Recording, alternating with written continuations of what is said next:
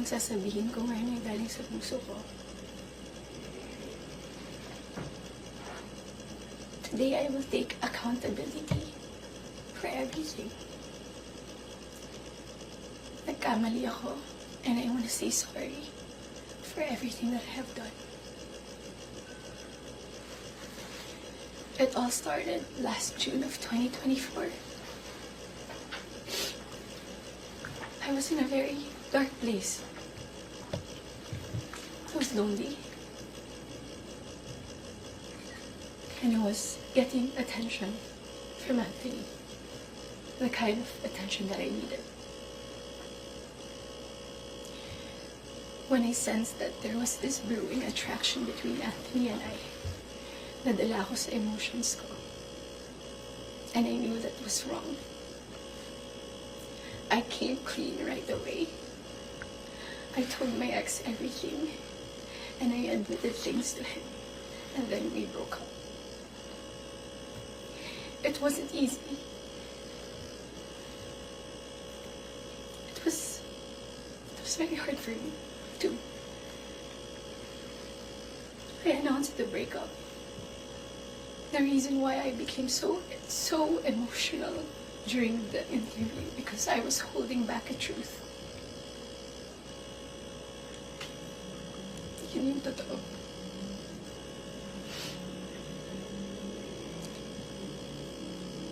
I wasn't really able to simmer down. I wasn't able to reflect on what had happened. I was working every day for days straight, weeks straight, months straight. Bago nagsimula yung mga daming trabaho namin, I told Anthony that I broke up with my ex. And he also said the same thing.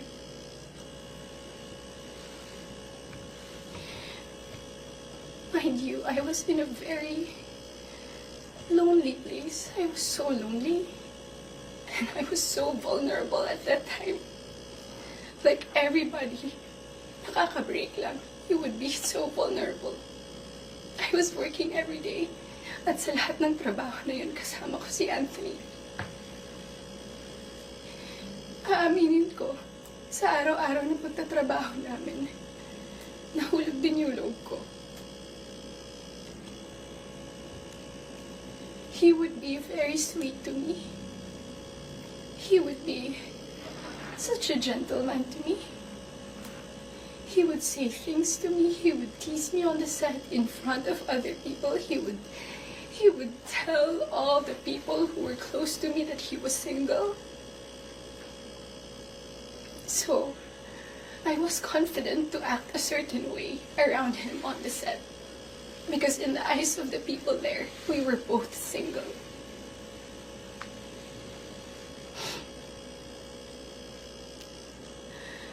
Araw-araw kami nagtatrabaho, and September came. We went to Italy for our shoot sa teleserye namin na Incognito. And doon nag-start na naging deep yung pagkakilala namin sa isa't isa. I really fell. Nung pauwi na kami ng Italy, it was my birthday, and we were stuck at the airport the whole day. He would say things to me that are sweet. He would say promises. We would tell promises to each other. And then nung pauwi na ng Italy, I felt so happy that I had to post something on my IG story just to appreciate him during that day. And then pagka-uwi ko, I think that the next 2 days, I saw a post or reposts ni Jam on TikTok. Nakita ko lahat yun. And at that time, yung time frame na yun, nasa screenshots din na nangamusta ako. I said, kamusta si Jam? Nangumusta ako kay Jam, it wasn't because dahil alam ko na sila pa. Dahil alam ko na she was going through something and Anthony had to take care of her. But at the time, nagtatabaho pa rin kami and he would still be the same way to me.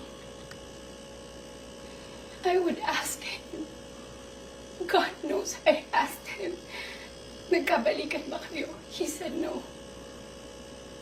Do you still love her? He said no. He would say things na ako yung gusto niya and all. I really asked him so many times.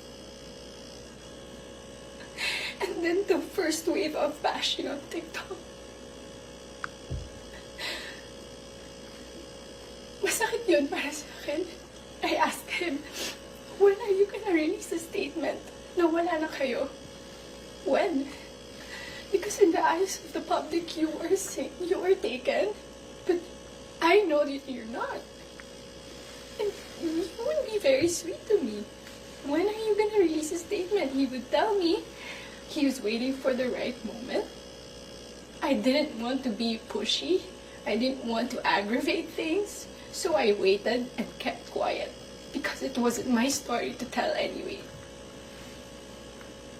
I kept quiet. October passed. We were working still every day.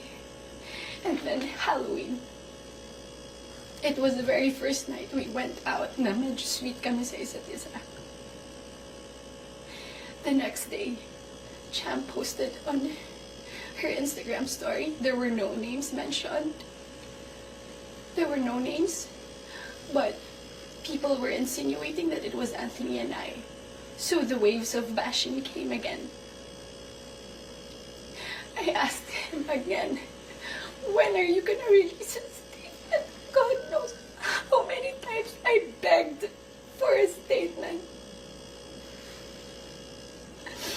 I begged him to fix this because I was so tired of getting bashed. He said wait, he's waiting for the right moment. I waited.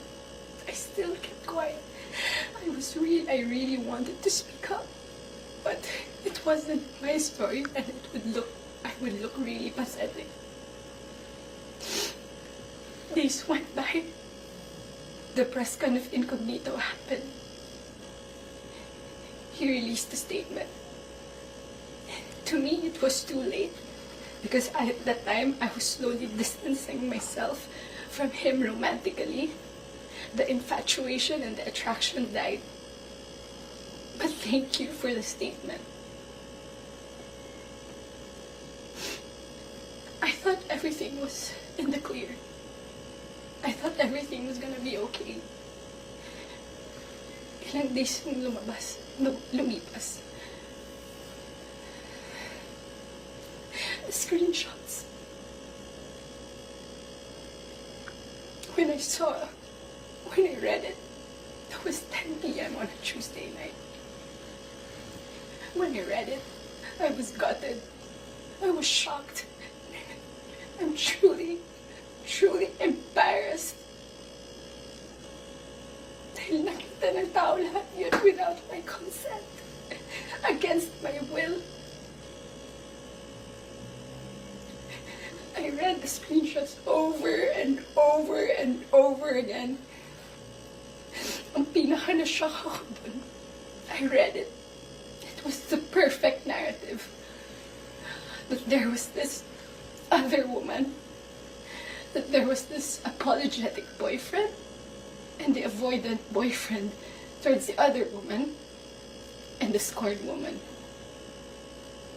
That's the narrative. That's her side of the story. And there's nothing wrong with that. But this is my side. This is my side. And I've been reading those screenshots. Doon ko napagtagpi-tagpi lahat. Na kaya pala hindi siya makapag-release ng statement. Dahil sila pa pala this whole entire time. I didn't know. I was in the dark. I didn't know. I had no idea. God knows ilang beses ako nagtanong. Ilang beses ako nanghingi ng statement. Doon ko rin na-realize bakit ganun yung reactions ni Jam. Now, I get her. I get her pain. I get her wrath.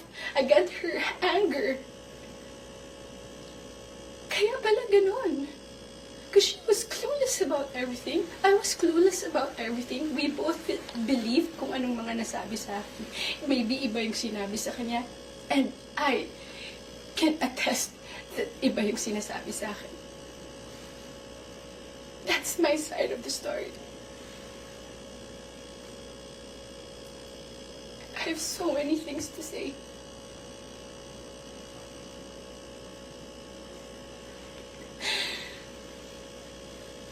Hindi ka ako makapaniwala. Papahinga pala ako ganito sa buhay ko. So to the public, I am sorry that you got to see that very intimate side of me. Ganun talaga ako pag nagbigay ng pagmamahal. It was supposed to be private. It was supposed to be a private, intimate thing. I'm sad. I'm sad na nakita yun ng tao. And yes, I don't want to play the victim here. Nagkamali din talaga ako. And I want to say sorry to those people I have hurt. I reached out to Jam last November. I did not get a reply. I think that was last November. Because I wanted to know what's up. So, I'm sorry. Most especially, I'm very sorry. I'm truly sorry to those people who supported me for 10 years. Alam nila lahat na ginapang ko yung career ko. Mapunta lang sa kung saan ko gusto. Ginawa ko lahat. Pinaghirapan ko lahat sa tulong nila. Nagagawa ko yung mga gusto. I don't know where I'm gonna go. I don't know saan ako papunta.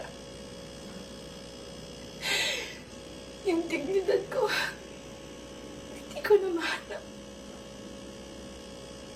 Whenever I go out, whenever I walk, I feel like I'm a naked woman walking. Hindi ko alam anong gagawin ko. I'm so embarrassed. And I'm sorry that you get to see that.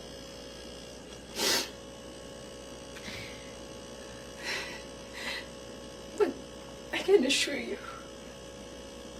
tuloy pa rin ako. Tuloy pa rin ang laban. Magtatrabaho pa rin ako kahit nahirap. Hindi pa rin namamatay yung apoy sa puso ko. I'm still looking for that little girl inside of me. It's hard to look for her now, but someday I get to find her and I will be able to hold my shadows. What you saw was not a perfect human. I'm far, far from being perfect. What you saw was a human being.